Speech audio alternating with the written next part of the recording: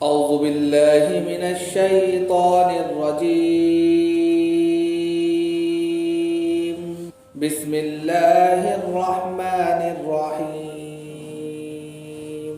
تبت يدا أبي لهب وتب ما أغنى عنه ماله وما كسب سيصلى نارا ذات لهب وامرأته حمالة الحطب في جيدها حبل من مسد صدق اللہ العظیم.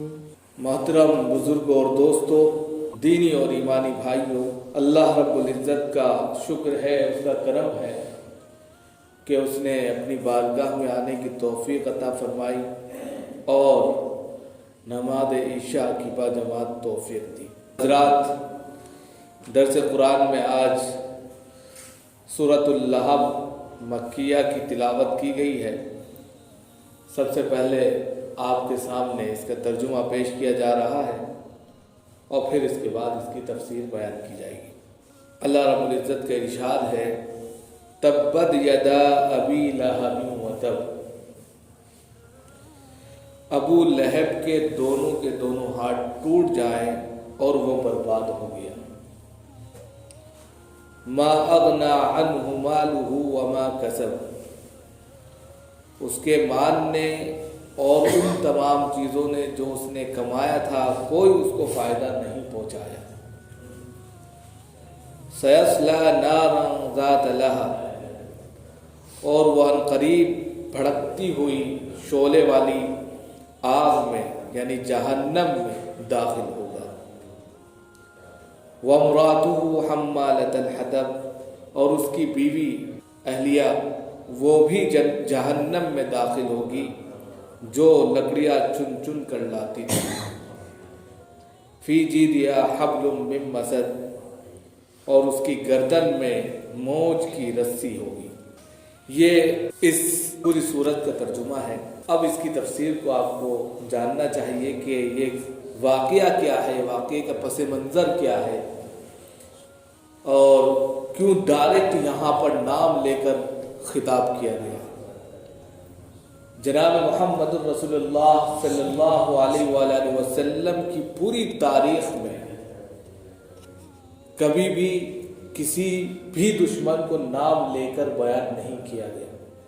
جیسے حضرت موسیٰ علیہ السلام کے دور میں فرعون کا نام لے کر اس کے ظلم و ستم کو بیان کیا گیا، اسی طرح آپ صلی اللہ علیہ وسلم کے بے شمار دشمن رہے، اسلام کے بے شمار دشمن رہے، لیکن کامن طریقے سے ان دشمنی کا، ان کے پیغامات کا اظہار کیا گیا. قرآن نے وہ میسج دیا، لیکن دشمنی میں آخری انتہا کو پہنچنے پر نام لے کر بیان کرنا تو صرف اور صرف ابو لہب کا ہی تذکرہ ہے اور کسی کے لیے آپ صلی اللہ علیہ وسلم کی پوری تاریخ کے اندر کوئی بھی ایسا شخص نہیں ملتا جس کا نام لے کر قرآن میں اس کے لیے بددعا کی گئی ہو، لعنت بھیجی گئی ہو اور اس کے تعلق سے جو ہے کوئی بیان ہے.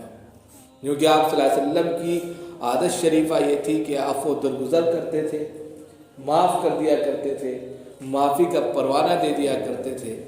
آپ کو یاد ہوگا اور خوب اچھے سے یاد ہوگا کہ جب مکہ المکرمہ میں آپ صلی اللہ علیہ وسلم 8 ہجری میں فاتحانہ انداز میں داخل ہوئے تھے تو اس وقت بھی آپ نے معافی کا عام اعلان کر دیا تھا. کسی سے کوئی بدلہ نہیں لیا تھا، سب کو معاف کر دیا تھا. تو پھر یہاں پر سب سے پہلے بددعا کا تذکرہ ہے اور پھر دوسرے نمبر پر لعنت ہے، تیسرے نمبر پر نام لے کر ہے. تو اس سے پتہ چلتا ہے کہ اس کا گناہ اتنا سنگین تھا، اس کا عمل اتنا بدترین تھا کہ اللہ رب العزت کو نام لے کر بتانا پڑا. اور اس سے عبرت حاصل کرنی چاہیے کہ اگر کوئی انسان اسلام اور اسلام کی دشمنی میں اور کسی اللہ کے رسول صلی اللہ علیہ وسلم کے خلاف اگر ہوتا ہے، ان کی تعلیمات کے خلاف ہوتا ہے، تو اس کا بدترین انجام بھی یہی ہوتا ہے جس کو آپ انشاءاللہ تفسیر میں دیکھیں گے. سب سے پہلے اس سورت کو دیکھیں کہ سورت کا نام سورۃ اللہب ہے لہب یہاں پر آپ دیکھ رہے ہیں کہ لہب کا اصل مطلب جو ہوتا ہے شعلہ کا ہوتا ہے، شعلہ، کیونکہ ابھی لہب بھی آیا ہے اور بعد میں ذات لہب بھی آیا ہے۔ لہب کا مطلب اصل شعلہ۔ تو یہاں پر سورۃ اللہب جو آیا ہے تو وہ سورۃ اللہب سورت کے اندر پہلی آیت میں بھی موجود ہے اور پھر 3 نمبر آیت میں بھی موجود ہے، اس کی طرف منسوب ہے۔ دوسرا اس کا نام مسد بھی ہے، سورۃ المسد، فی جیدہا حبل من مسد، مسد، اس دوسرا نام اس سورت کا سورۃ المسد بھی کہا گیا ہے۔ اور یہ سورت قرآن کریم میں 111ویں نمبر پر ہے، ایک رکوع ہے، 5 آیتیں اس کے اندر موجود ہیں۔ سورہ فتح کے بعد جو 26ویں پارے میں سورۃ الفتح ہے، اس کے بعد یہ سورت نازل ہوئی ہے، اور یہ سورت متفق علیہ، تمام لوگوں پر، تمام مفسرین کا اس بات پر اتفاق ہے کہ یہ سورت مکی ہے، اور مکی صورتوں میں اس کا شمار کیا جاتا ہے۔ یہ تو سورت کے نام کی ڈیٹیلز آپ کے سامنے آ گئی۔ اب یہاں پر جو سب سے پہلے خطاب ہو رہا ہے، تبت یدا ابی لہب، ابو لہب کے دونوں ہاتھ ٹوٹ جائیں، برباد ہو جائے، اور پھر کہا وہ تب برباد ہو گیا۔ یہ سورت اس کنڈیشن میں نازل ہوئی ہے جب یہ دونوں زندہ تھے، ابو لہب بھی، ام جمیل ابو لہب کی وائف کا نام ہے، ام جمیل ابو لہب کی وائف کا نام ہے، اور ام جمیل جو ہے، ام جمیل بنت حرب بن امیہ، یہ حضرت سفیان رضی اللہ تعالیٰ عنہ کی بہن ہے اور حضرت امام معاویہ کی پھوپھی لگتی ہے، لیکن آپ صلی اللہ علیہ وسلم سے دشمنی میں آخری درجہ انتقام لینے پر تلی ہوئی ہے۔ یہ خود بھی اور ان کے شوہر جو آپ صلی اللہ علیہ وسلم کے چچا لگتے ہیں، ابو لہب، وہ بھی۔ ابو لہب کا اصل نام جو ہے عبد العزیٰ ہے، عبد العزیٰ بن عبد المطلب ہے، یہ آپ صلی اللہ علیہ وسلم کے سوتیلے چچا ہیں۔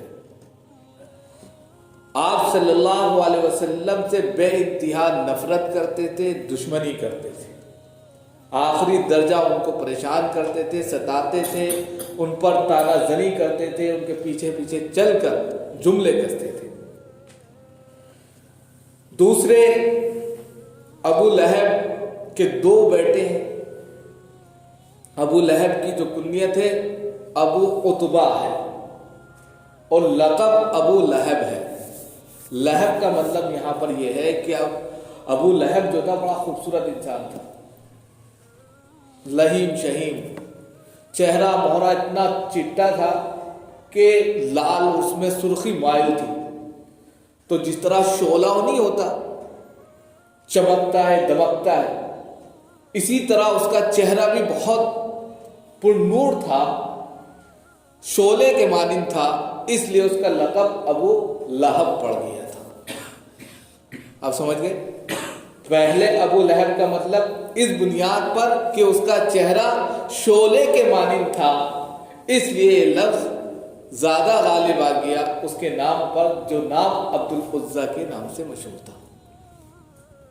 دوسرے ان کے 2 بیٹے تھے، ابو لہب کے کتنے بیٹے تھے؟ 2 بیٹے تھے، ایک عتبہ تھا، ایک عتیبہ تھا۔ دونوں کے دونوں بیٹوں سے آپ صلی اللہ علیہ وسلم کی صاحبزادی حضرت ام کلثوم اور حضرت رقیہ کی شادی ہوئی تھی، لیکن یہ سورت نازل ہونے کے بعد کمبخت نے اپنے دونوں بیٹوں سے کہا کہ طلاق دے۔ آپ صلی اللہ علیہ وسلم کی دونوں بیٹیوں کو طلاق دلا دی۔ ایک تو سب سے بڑا ظلم یہ کیا، دوسرے جناب محمد رسول اللہ صلی اللہ علیہ وسلم دین کی دعوت کو لے کر بازار میں یا اسی طرح مکہ المکرمہ کے اندر 3 بڑے میلے لگتے تھے الگ الگ وقتوں میں. اس وقت سب لوگ خرید و فروخت میں آتے تھے. تو آپ صلی اللہ علیہ وسلم ان جگہوں پر جا کر دعوت دیا کرتے تھے, قولوا لا الہ الا اللہ تفلحوا, اے لوگو لا الہ الا اللہ کہہ دو کامیاب ہو جاؤ گے. یہ پیچھے پیچھے چلتا تھا کم وقت کہیں کا, اور کہتا تھا کہ یہ دیوانہ ہے, مجنون ہے, اس کی بات پر یقین مت کرنا, جھوٹ بولتا ہے, بدتمیزی کی آخری انتہا کرتا تھا, پیچھے پیچھے چلتا تھا. ایک تو یہ واقعہ ہے, اور ہر اعتبار سے جو ہے آپ صلی اللہ علیہ وسلم کو برا بھلا کہتا تھا. دوسرا واقعہ یہ آتا ہے کہ آپ صلی اللہ علیہ وسلم کے زمانے میں ہر قبیلہ ایک دوسرے قبیلے سے خوف زدہ رہتا تھا کہ کب کون سا قبیلہ کس پر حملہ کر دے, کب کون سا قبیلہ کس پر جو ہے مار پیٹ شروع کر دے. تو اس لیے انہوں نے ایک کوڈ ورڈ رکھا ہوا تھا. جیسے آج کے وقت میں موبائل ہے, اور موبائل کے ذریعے آپ سب کو خبر کر دیا کرتے ہیں, اور سب کو پتہ چل جاتا ہے کہ بھائی یہ واقعہ پیش آ گیا. نیوز ہے, الیکٹرانک میڈیا ہے, پرنٹ میڈیا ہے, اس کے ذریعے وائرل ہو جاتی ہے خبریں, پتہ چل جاتا ہے. اس وقت یہ ساری چیزیں نہیں تھیں. تو اس وقت کا ایک کوڈ ورڈ تھا یا صباحا.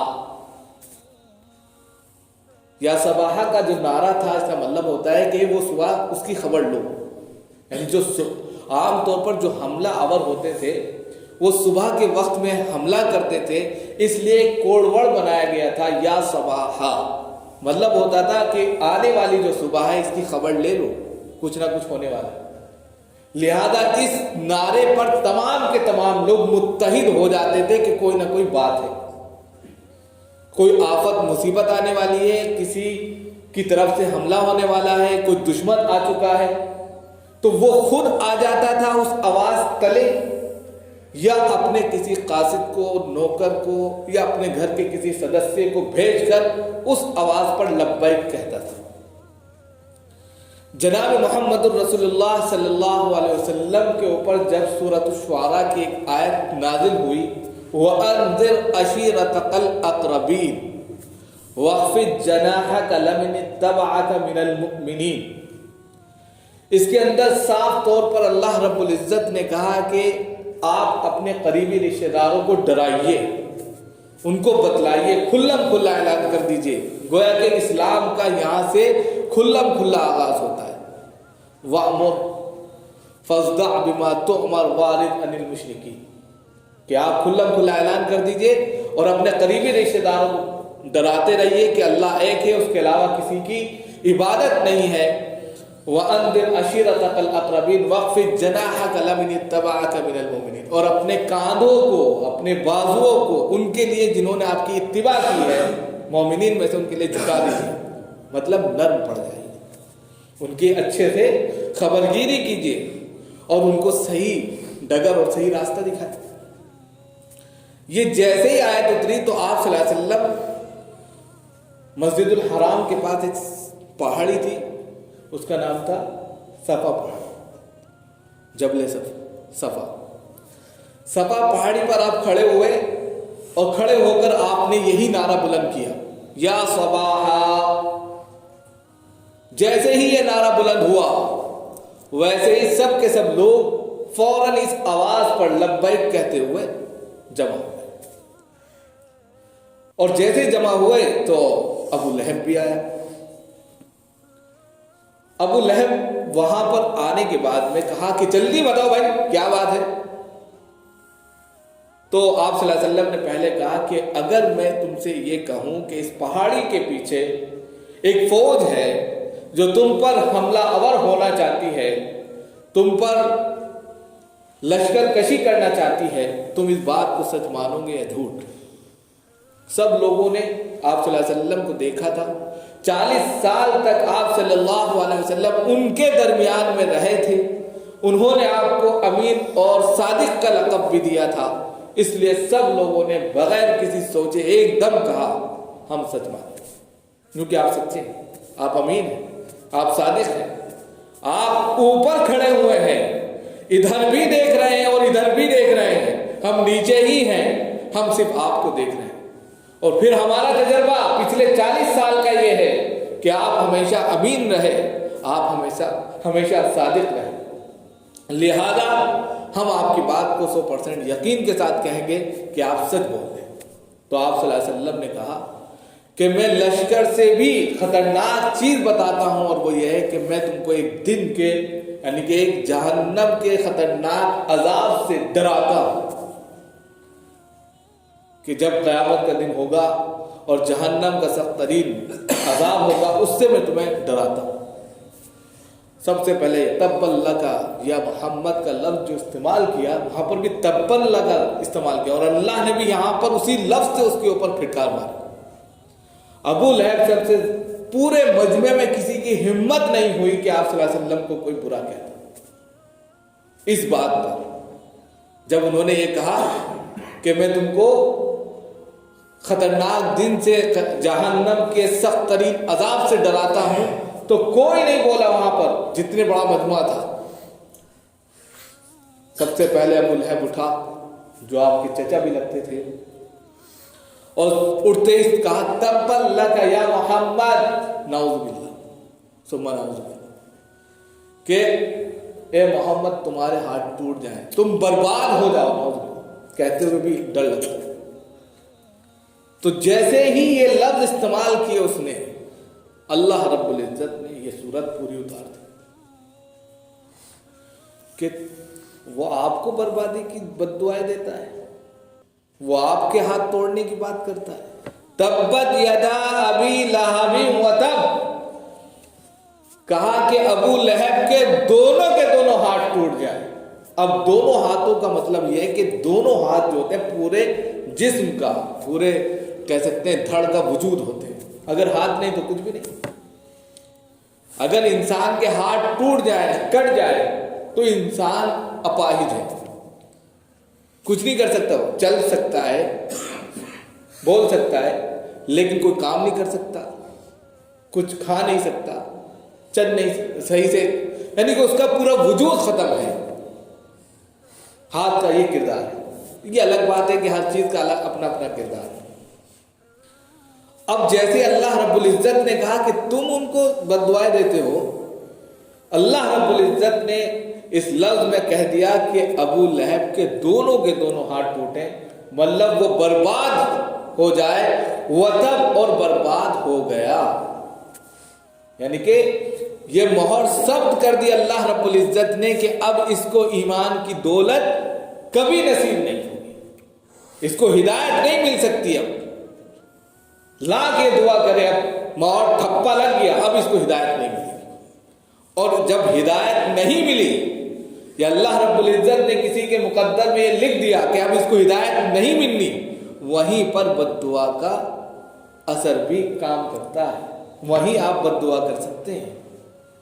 ورنہ جناب محمد رسول اللہ صلی اللہ علیہ وسلم کی عادت شریفہ بد دعا کی نہیں تھی۔ طائف کے لوگوں نے پتھر چلائے، پتھر مارے، گمے چلائے، تب بھی آپ نے کہا کہ نہیں، مجھے امید ہے کہ ان کی نسلوں میں خیر آئے، تب بھی آپ نے بد دعا نہیں کی، آپ بد دعا نہیں کرتے تھے۔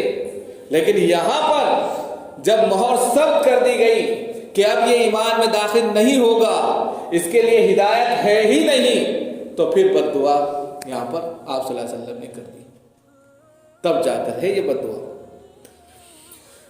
اب جب یہ مہر ثبت ہو گئی کہ یہ دونوں کے دونوں کے، یعنی کہ ابو لہب برباد ہو، اور وہ برباد ہو گیا، تو دنیاوی اعتبار سے بھی وہ گیا، اور آخرت کے اعتبار سے بھی وہ برباد ہو گیا، مہر لگا دی۔ اب جب یہ آیت اتری تو اس نے کہا کہ ارے محمد صلی اللہ علیہ وسلم قیامت کا، جنت کا، دوزخ کا پتہ نہیں کیا کیا تذکرہ کرتے ہیں، پہلی بات تو میں مانتا نہیں، اور اگر خدا نہ خواستہ چلو میں مان بھی لوں، اللہ کے سامنے مجھے جانا پڑا، ما اغنا عنہ مالہ وما کسب، تو میرے پاس اتنی دولت ہے، میرے بچے ہیں، سب کچھ ہے، دے کر پوری کی پوری جو ہے ڈیل کر لوں گا، بچ جاؤں گا، یعنی اللہ سے ڈیلنگ کا دماغ چلا لیا۔ سوچا کہ اللہ کو پیسے دے دوں گا، اپنی دولت خرچ کر دوں گا، اپنے بچوں کو نچھاور کر دوں گا، پر میں بچ جاؤں گا.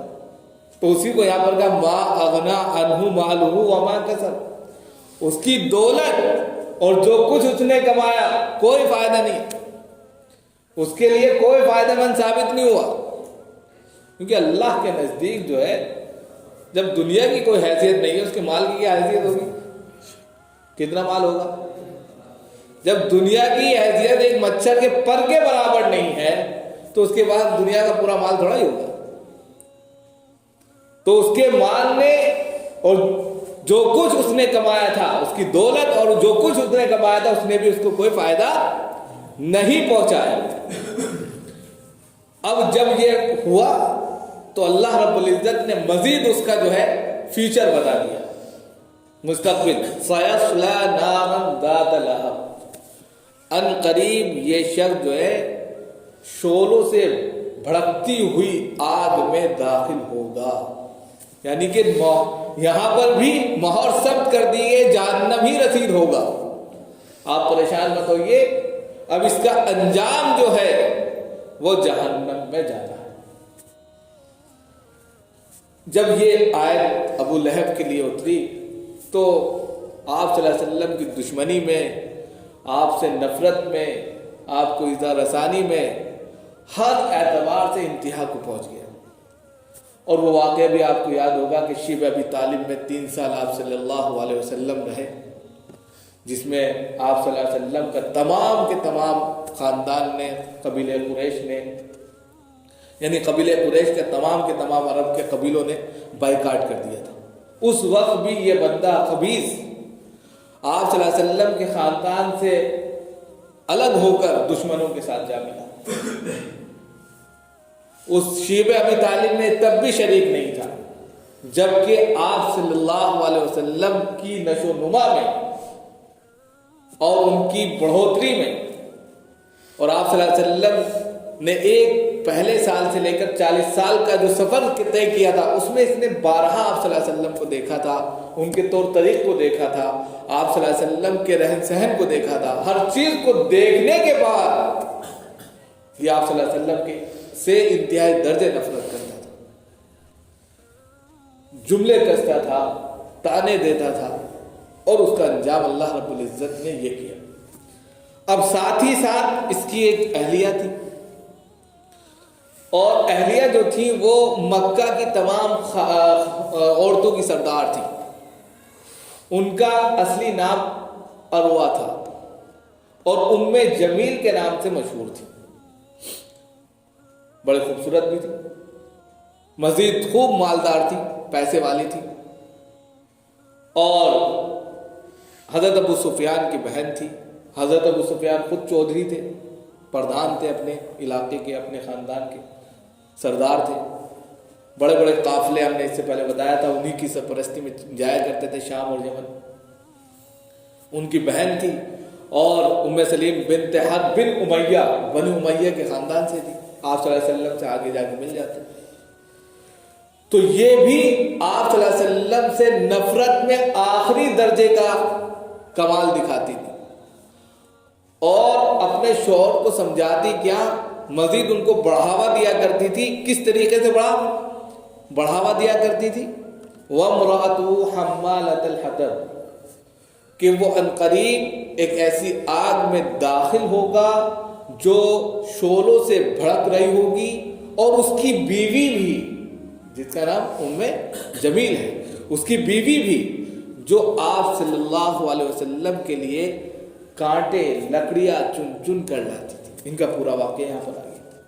واقعہ یہ ہے کہ جناب محمد رسول اللہ صلی اللہ علیہ وسلم جن جن راستوں سے جاتے تھے، یہ بہت بڑی خاتون تھی، ابھی ہم نے بتایا خوب مالدار تھی، سب کچھ تھا، لیکن آپ صلی اللہ علیہ وسلم کی دشمنی میں جنگل جاتی تھی اور کانٹے والی جھاڑیاں اکٹھا کرتی تھی.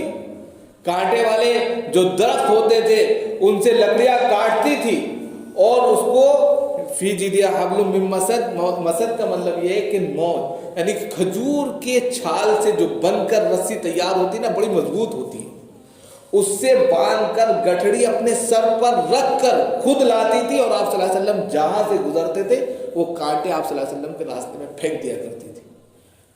اس اعتبار سے کہ آپ کو چبھے تکلیف، یہ انتہا تھی. یعنی اپنے شوہر کو کیا سمجھاتی، خود اس عداوت میں اتنی زیادہ ملوث تھی کہ خود عرب کی بہترین سردار ہونے کے بعد، بہترین مالدار ہونے کے بعد کسی سے بھی کام کرا سکتی تھی نہیں، عداوت میں خود جاتی تھی، لکڑیاں چنتی تھی، کانٹے والی لکڑیاں چنتی تھی، خود باندھتی تھی. جس گلے کے اندر ہار ہونا چاہیے اس گلے میں وہ رسی ڈال کر اوپر رکھ کر گٹھڑی یا ایندھن لا کر آپ صلی اللہ علیہ وسلم کے راستے میں ڈال دیتے تھے. اسی کی تفسیر میں ایک روایت آتی ہے کہ کل قیامت کے دن اللہ رب العزت جو ہے اس عورت کو جہنم میں بھی یہی کام دیں گے کہ وہ لکڑیاں چنے گی اور لکڑیاں چن کر ایندھن اپنے سر پر رکھ کر لائے گی اور جہاں ابو جہل جل رہا ہوگا اس میں پھینکے گی کہ تم نے دنیا کے اندر ہمارے رسول کے ساتھ یہ کیا کہ ان کے راستے میں کانٹے بنے، ان کے راستے میں کانٹے بچھائے، تو ہم یہ کام تمہیں قیامت میں بھی دیں گے اور وہ لکڑیاں جو تم چن کر لا رہی ہو وہ جہنم میں جل کر تمہارے شوہر کو تکلیف دے گی. یہ کام بھی اس کے سپرد ہوگا. اسی لیے کہا کہ اس کی بیوی بھی عنقریب اسی جہنم میں جائے گی اس طور پر کہ اس کے سر پر گٹھڑ ہوگا لکڑیوں کا. ایک روایت یہ. دوسری روایت یہ کہ وہ آپ صلی اللہ علیہ وسلم کے راستے میں کانٹے بچھانے کے لیے اپنے سر پر لکڑیاں چن چن کر لاتی تھی اور لانے کے بعد بچھا دیا کرتی تھی. اور ایک روایت میں یہ آتا ہے کہ اس کے گلے کے اندر جو ہے نا ایک بہت قیمتی ہار تھا کیونکہ مالدار تھی، تو کہتی تھی کہ اس ہار کو بیچ کر جو کچھ ہو سکتا ہے میں آپ صلی اللہ علیہ وسلم کے خلاف اس سے کام کروں. تو اسی بنیاد پر کہتے ہیں کہ ایک مرتبہ یہ گٹھڑی لے کر آ رہی تھی، فی جیدہا حبل من مسد، یہ گٹھڑی لے کر آ رہی تھی اور اللہ رب العزت نے اس کی روح کو قبض کرنا چاہا، یعنی کہ بس آخری برا والا. اب یہ گٹھڑی جیسے رکھ رہی تھی، جس گٹھڑی کو اس نے کھجور کی چھال کی رسی سے باندھا تھا جس کو موج کہتے ہیں، موج اس رسی کو کہتے ہیں جو انتہائی درجے مضبوط ہوتی ہے، لوہا لاٹ ہوتی ہے، اس سے باندھا تھا. تو اس نے جیسے ہی رکھا وہ رسی اس کے گردن میں اٹکی اور ایک فرشتے جو روح قبض کرنے آئے اس کو کھینچ لیا رسی کو، اور یہ اسی رسی میں پھندا لگ کر چلی گئی. تو اسی کو کافی جیدہ اس کی گردن میں موج کی رسی ہوگی، یعنی کہ موج کی رسی تھی جو بھی آپ کہہ سکتے ہیں. تو مطلب یہ ہے کہ اس کی موت بھی اسی طرح ہوئی کہ اس گردن میں جس میں ایک ہار سجنا چاہیے تھا. ایک عورت کا جو کردار ہے وہ یہ ہے کہ اس کا وہ زیور ہوتا، اس نے آپ صلی اللہ علیہ وسلم کی عناد میں دشمنی میں اس کو بھلا کر رسیاں ڈال ڈال کر ایندھن اکٹھا کیا. اللہ نے اس کا نتیجہ بھی یہی کیا کہ اسی رسی سے اس کی جان چلی گئی. سب سے پہلے تو یہ انجام، سب سے پہلا انجام خود اسی کا برا ہوا. جو کسی کے لیے کنواں کھودتا ہے سب سے پہلے اسی میں خود گرتا ہے. آپ کیا رسی سے باندھ باندھ کر کانٹے ڈالیں گی، اللہ اسی رسی سے تمہیں بلا لے گا. ایک تو یہ. دوسرے جو ہے اللہ رب العزت جو ہے اس کو جو ہے اس سخت ترین رسی کا عذاب بھی دیں گے اس طور پر کہ اس کی جان نکل رہی ہوگی. ظاہر سی بات ہے ایک عورت کے لیے زیور سب سے اہم چیز ہوتی ہے. اب کھجور کا اگر آپ نے درخت دیکھا ہوگا تو اس کے اندر کانٹے ہوتے ہیں ہلکے ہلکے. اس کی جو رسی بنے گی وہ کتنی کھردری ہوگی کہ اس کے گلے کو ایسی کاٹ دے. لہذا اگر اس کی گردن میں رسی ہوگی تو کیا اس کی کیفیت ہوگی. اور تیسرا میسج یہ ملتا ہے کہ جہنم میں بھی وہ گلے کے اندر اس رسی کے پھندے کو، اس توق کو اپنے گردن میں ڈالے رہے گی. اب اس کا لاسٹ جو میسج لکھ لے گا وہ یہ لکھ لے گا کہ اللہ رب العزت اس کو ایسی رسی عطا کریں گے گردن میں جو ایک توق ہوگا اور وہ توق لوہے سے بھی زیادہ وزنی ہوگا، مضبوط ہوگا، جس کو وہ اپنے گلے میں ڈالے پھرے۔ اب بتائیے ایک انسان جو ہے 10 منٹ کے لیے ایک گما ایک پینسل لے کے اس طرح نہیں کر سکتا، اور ایک بھاری بھرکم پورا توق اس کے گلے میں ڈال دیا جائے کس طرح جھیلے گا؟ تو یہ ہے بدترین سزا۔ اب اس سے جو میسج ملتا ہے وہ سب سے اہم ہے کہ جناب محمد الرسول اللہ، اب کیونکہ یہ تو اس وقت کا واقعہ ہے، لیکن ہر زمانے میں ہر وقت میسج ملتا ہے۔ ایک تو یہ کہ اس نے آپ صلی اللہ علیہ وسلم سے دشمنی میں، اناد میں ایسے کارنامے انجام دیے کہ قیامت تک کے لیے اللہ رب العزت نے اس کے اوپر لعنت پھٹکار کر دی۔ جتنے لوگ پڑھیں گے لعنت اس کو ملتی رہے گی، گناہ اس کے سر جاتا رہے گا۔ دوسرے، جو بھی ایسا عمل کرے گا، جیسے ابھی جتندر نارائن سنگھ تیاگی عرف وسیم رضوی، اس کی بدترین مثال ہے، اور اس کے ساتھ بھی یہی حشر ہوگا۔ اگر آپ دیکھنا چاہیں اپنی آنکھوں سے تو دیکھیے گا، اور ہو رہا ہے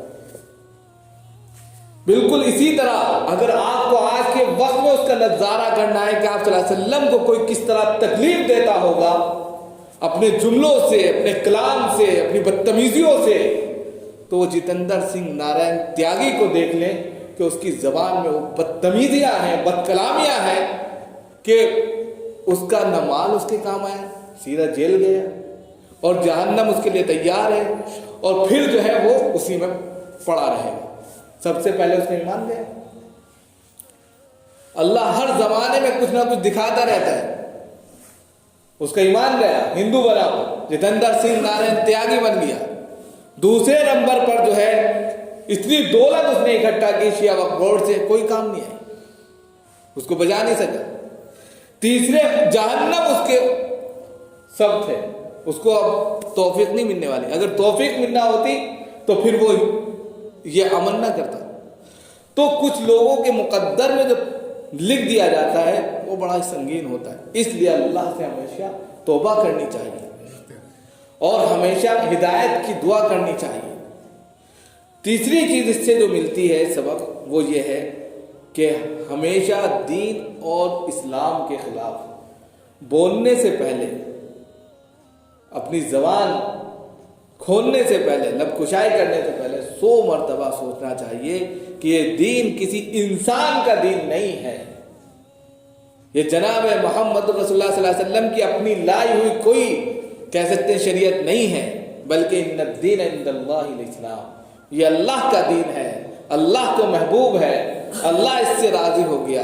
لہذا اگر کوئی شخص دین کے تعلق سے، اس کے پیغمبر کے تعلق سے ٹپنی کرتا ہے تو اس کا جو آخری نتیجہ ہوگا، جو آخری فیصلہ ہوگا، وہ یہی ہے کہ اللہ رب العزت اگر اس سے سمجھنے پر آ گیا تو اس کا فیصلہ کیا ہوگا، یہ ہمیں اس کی طرف رہنمائی کرتی ہے کہ اس کا انجام دنیا میں بھی بربادی ہے اور آخرت میں بھی بربادی۔ اللہ تعالیٰ ہم سب کو عمل کی توفیق۔